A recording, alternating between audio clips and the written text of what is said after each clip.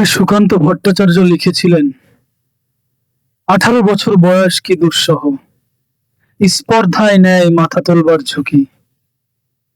কিন্তু আমাদের সমাজে 18 বছর বয়সীদের সাথে কি হয়? কাগজে কলমে 18 বছর বয়সে আমরা ভোটাধিকার ঠিকই পাই, কিন্তু বাস্তবে পরিবারের কাছে থেকে যাই চামচে তুলে খাইয়ে দেওয়া শিশু। অথচ এই বয়সটা ছিল সিনবাদের মতো অচেনা সমুদ্র পাড়ি দেওয়ার, ব্যবসায় ঝুঁকি নেয়ার, হোঁচট খেয়ে আবার ঘুরে দাঁড়ানোর। এই কাঁচা বয়সে যখন নিজের প্যাশন খোঁজার কথা, শত রকমের কাজে ব্যর্থ হয়ে অভিজ্ঞতা নেয়ার কথা, তখন আমাদের খাঁচায় বন্দি করে রাখা হয়।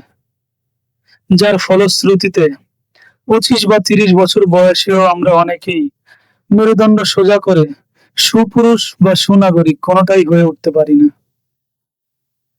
তারপর পড়াশোনা শেষ হতেই হুট করে যখন পরিবারের হাত সরে যায় এবং একগাদা প্রত্যাশা ঘাড়ে চাপে, আমরা তখন দিশেহারা হয়ে পড়ি। তখন ক্যারিয়ার, সংসার আর ঘর গাড়ির ইএমআই এর বেড়াজাল আমাদের টক্সিক কালচারে আটকে রাখে। ততদিনে বয়স হয়ে যায় 30 কিংবা 35। পিছুটানের ভয়ে মানুষ তখন আর নতুন করে ঝুঁকি নিতে পারে না। চারপাশের প্রেসার আমাদের মাথা নোয়াতে বাধ্য করে, মনে হয় সব শেষ। কিন্তু মনে রেখো, যৌবন মানে জড়তা আর হতাশার কাছে আত্মসমর্পণ করা নয়। সমস্ত জঞ্জালকে লাথি মেরে ভেঙে গুড়িয়ে দেওয়ার নামই 18।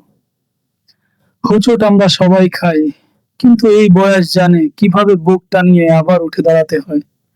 জড়তা ভেঙে তাই আবার উঠে দাঁড়াও।